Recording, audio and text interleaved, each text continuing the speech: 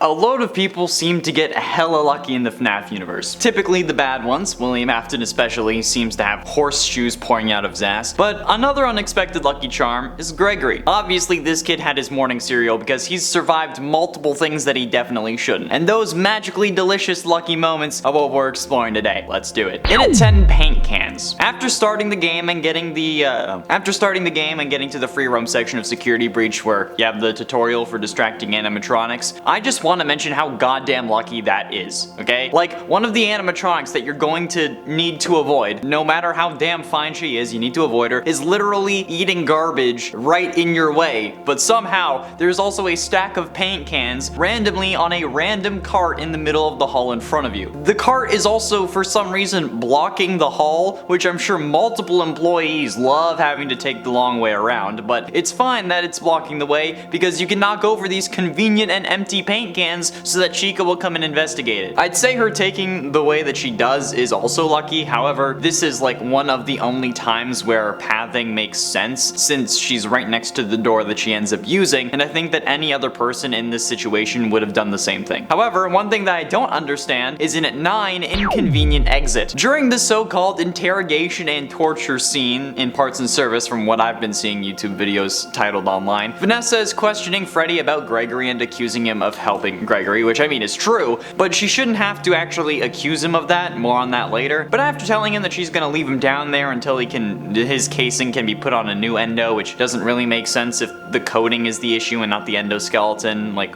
still, why would you leave to go to Rockstar Row through Roxy's lift when you could easily have just turned around to come our way and head into the main atrium? That's where Gregory is for the majority of the game. That's where all the animatronics have been spotting him, and it would make more sense to go there than to Rockstar Row, where maybe he was seen twice at this point. I don't know, it seems weird to me, but the reason that this is lucky is because had she chosen to go the more logical route, which would have been towards us, she would have walked through the doors we were hiding behind. And it's not like we have much room to hide around them, okay? The walls on either side of this door are made of glass. She would see us run into the charging station or wherever else we went. So yeah, her choosing to exit in the most inconvenient way to her actually ends up helping us out. And at 8, Freddy. Just everything that Gregory does with Freddy seems to work out eventually, even if not at first. Look at what he does before the doors actually close the first time. He sends us to get a pass in order to free him from the green room, and then everything seems to be going well. But then for some random reason, without ever mentioning this before, he tells us that he senses that we are broken and that he needs to bring us to a medical tent so that he can fix us up. Whether this was meant to be a nod to Crying Child or not in this case doesn't matter. Point is here that it didn't do anything, okay? We get a run-in with Vanessa that later turns into a TikTok meme, but other than that, we stay the same, okay? We don't get healed, we don't get a band-aid because we could have had the one that's on his character from the start, and we get in that booth, instantly turn around to watch the Vanessa and Freddy scene, and then after that, we leave instantly, and Freddy never mentions how we're still broken. And being broken, in this case, never seems to come up again or cause us any issues, especially since now with that little pit stop, even if you go full steam ahead, you can't make it out of the front doors in time. That one little interaction is the 30 seconds that we needed in order to escape out the front doors, but thanks to Freddy, we didn't make it. But he still doesn't abandon us. He just tries to help. I mean, I don't know, it's off, okay? And if Freddy is evil, him not revealing it there and then is definitely lucky as hell. And at 7, Vanny. There were a load of complaints about how Vanny was an underutilized villain, and I totally agree. She only shows up like maybe 5 times in the main story, but like,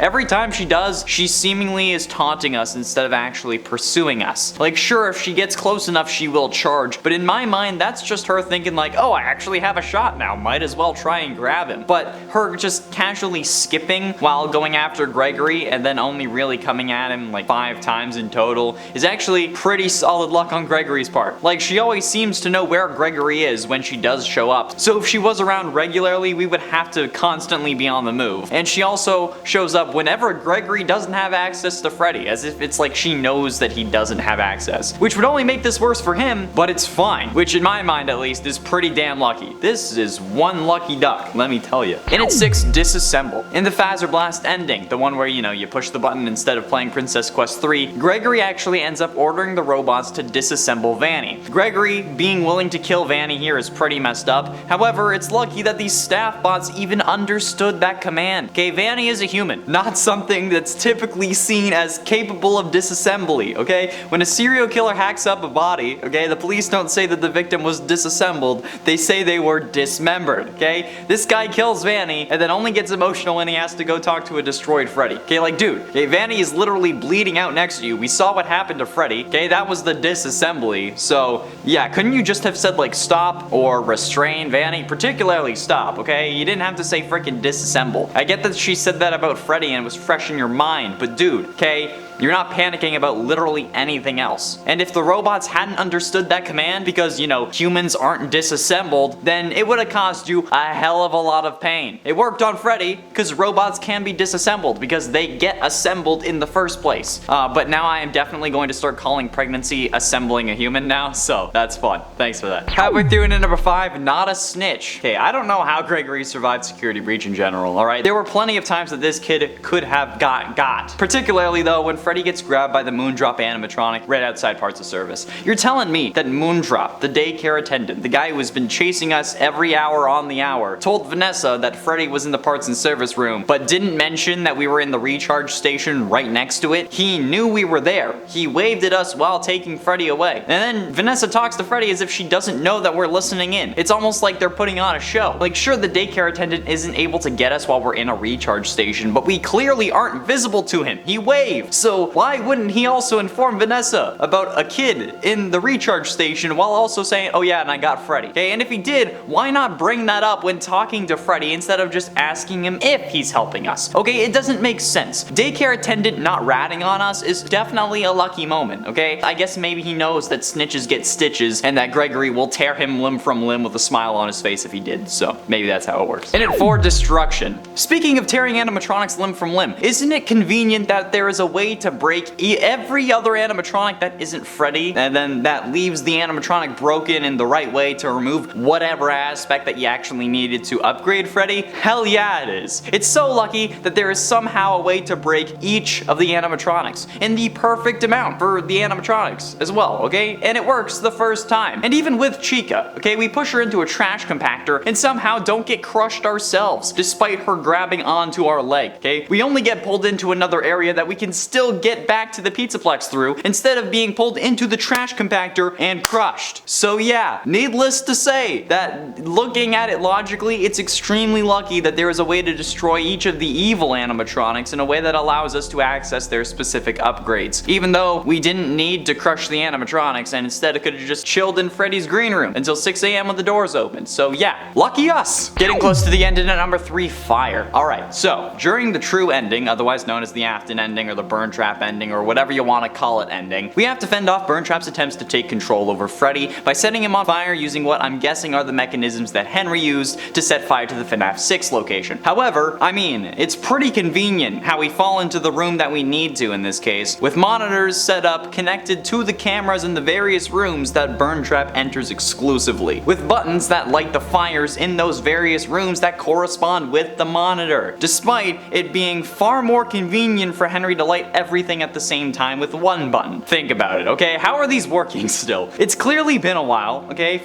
Based on some comments, apparently the Pizzaplex has been open for at least 4 years, which I don't know if it's accurate, but if it is, these cameras and old computers are still working 4 years after being set on fire. That was enough to ruin the building. Not to mention a sinkhole that had to open up underneath it since we have to travel down an elevator to get there, and like, how is it working after all of that? And if you say that it was Vanny, why make sure the fire systems are still working and then set them to be on separate buttons, okay? Plus, now, these computer monitors are literal dinosaurs. How did they work before the fire, let alone after? Yeah.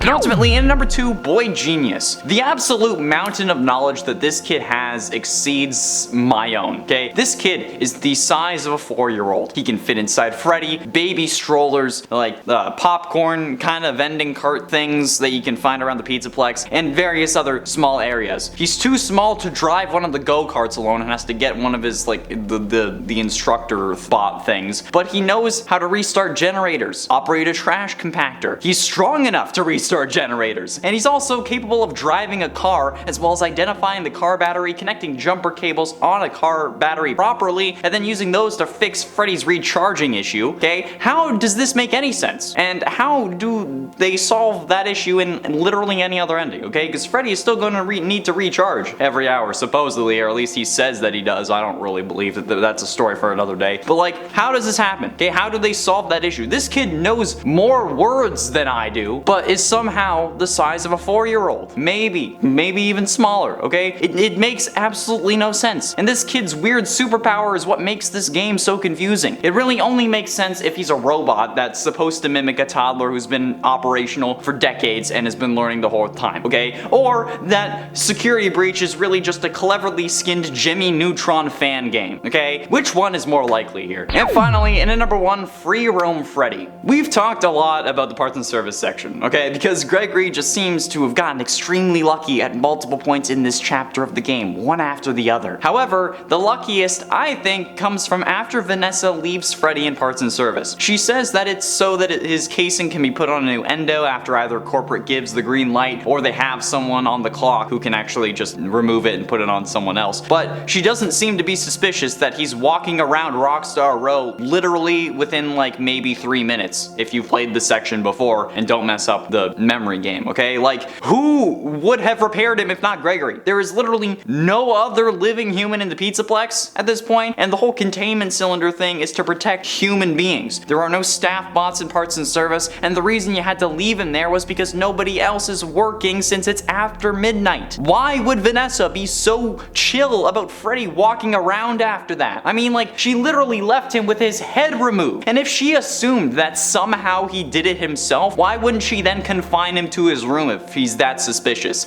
Especially after just accusing him of helping to protect Gregory. It was something that confused me so much in my first playthrough, so I figured that Vanessa would pull us out of Freddy if we got too close. But I walked up to her to test it, and nothing. It would have been easy to make just a little modification to her code for this part of the game and make her actually be like, why are you here? Rip out Freddy. Or rip out Gregory, not Freddy. But like, come on, you could have made Vanessa a little bit more dangerous at this point, but no, okay? Gregory venting certainly isn't the only thing that's sus about this game. Let me just say that. That's all the time we have for today, friends. Thank you all so much for watching. I have been charming Connor Monroe, and I'll see you in another video. Let me know what other sus security breach parts you think about in the comments.